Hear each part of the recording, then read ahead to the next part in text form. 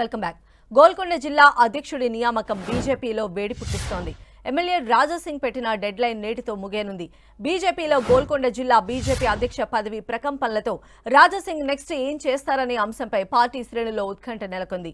గోల్కొండ జిల్లా అధ్యక్ష పదవిని ఉమా మహేందర్ కు ఇవ్వటాన్ని ఎమ్మెల్యే రాజాసింగ్ తప్పుపట్టారు. తాను సూచించిన వ్యక్తికి కాకుండా మరో వ్యక్తికి ఎలా ఇస్తారంటూ అధిష్టానంపై అసహనం వ్యక్తం చేశారు. తన అవసరం పార్టీకి లేదనుకుంటే నో ప్రాబ్లం అంటూ రాజాసింగ్ కీలక వ్యాఖ్యలు చేశారు. 2 రోజుల్లో ఉమా మహేందర్ ను మార్చాలంటూ బీజేపీ నాయకత్వానికి రాజాసింగ్ డెడ్ లైన్ విధించారు. గోల్కొండ జిల్లా అధ్యక్షుడిని మార్చుకుంటే తానేంటో చూపిస్తానని రాజాసింగ్ హెచ్చరికలు జారీ చేశారు.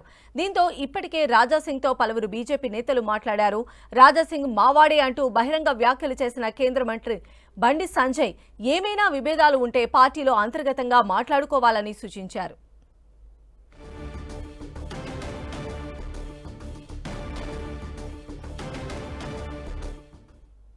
గోల్కొండ జిల్లా బీజేపీ అధ్యక్షుడి నియామకానికి సంబంధించి బీజేపీలో కలకలమైతే రేగుతోంది. ప్రెసిడెంట్ రాజాసింగ్ ఎలాంటి స్టెప్ తీసుకుంటారనే దానిపైన అయితే ఉత్కంఠ నెలకొంది.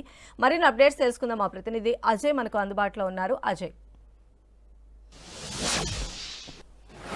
మనం చూసుకోవచ్చు ఏదైతే రాజాసింగ్ ఇచ్చినటువంటి డెడ్ లైన్ అయితే నేటితో ముగిసిందని చెప్పుకోవచ్చు. గోల్కొండ జిల్లా అధ్యక్షుడిని ఉమా మహేందర్కి ఇవ్వడం పట్ల ఆయన పార్టీ అధిష్టానం పైన పార్టీ నాయకత్వం పైన తీవ్రమైనటువంటి అసంతృప్తి వ్యక్తం చేశారు.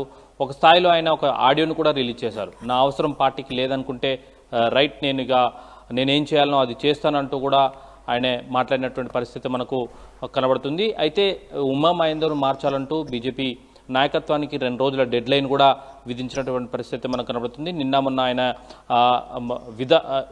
ఆయన వేరే రాష్ట్రంలో పర్యటించినటువంటి నేపథ్యంలో ఈరోజు ఆయన రాష్ట్రానికి వచ్చే అవకాశం ఉంటుంది. రాష్ట్రానికి వచ్చిన తర్వాత ఆయన భవిష్యత్ కార్యాచరణ ఏ విధంగా ఉంటుందన్నది కూడా చూడాల్సిన అవసరం అయితే ఉంది. ఎందుకంటే ఇప్పటికే ఆయన బీజేపీ నాయకత్వానికి కొన్ని హెచ్చరికలు అయితే ఇచ్చినటువంటి పరిస్థితి. అవసరమైతే రాజీనామా చేయడానికైనా సిద్ధం. ఏదైతే నేను పార్టీలో చేరినప్పటి నుండి కూడా నాకు అనేకమైనటువంటి ఇబ్బందులు పార్టీలో ఎదురవుతున్నాయి. ఒక పక్క ఎంఐఎం తోటి అప్పుడున్నటువంటి బీఆర్ఎస్ కాంగ్రెస్ తోటి పోరాటం చేస్తూ వస్తున్నాను. ఇప్పుడు పార్టీ నేతలతోటి కూడా పోరాటం చేయాలంటే ఇక అయ్యే పని అయితే కాదు. నేను తాడోపేడ తేల్చుకుంటాను. మొదటి నుండి కూడా నన్ను ఇబ్బందులకు గురి చేస్తున్నటువంటి పరిస్థితి కనబడుతుంది.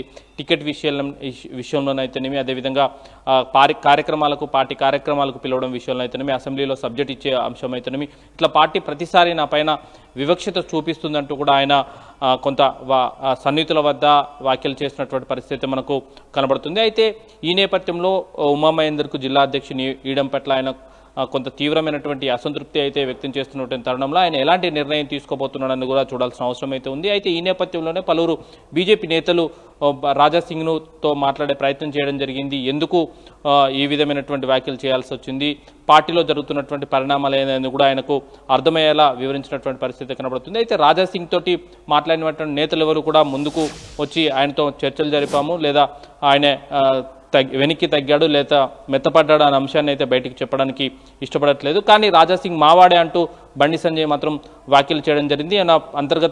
పార్టీలో ఏమైనా అంతర్గత అంశాలు ఉంటే అంతర్గతంగా చర్చించుకోవాలని, పార్టీ నేతలు వారితో మాట్లాడతారని, ఏ ఒక్కరి కోసమో పార్టీలో ఉన్నటువంటి విధానాలను మార్పు చేయరంటూ కూడా ఆయన వ్యాఖ్యానించినటువంటి పరిస్థితి కనబడుతుంది. రాజాసింగ్ మావాడే అని బండి సంజయ్ చెప్తున్నటువంటి తరుణంలో ఈ 2 రోజుల క్రితం రాజాసింగ్ ఇచ్చినటువంటి ఏదైతే హెచ్చరికలు అయితేనేమి, డెడ్ లైన్ అయితేనేమి, అది నేటితో పూర్తి కావడంతో ఆయన ఎలా రియాక్ట్ అవుతారు, ఇంతటితో గొడవను సద్దుమణిగిస్తారా లేదా ఆయన ఎటువంటి నిర్ణయం ఏదైనా భవిష్యత్ కార్యాచరణ ప్రకారం తీసుకుంటారనేది మాత్రం చూడాల్సిన అవసరం అయితే. రైట్ అజయ్.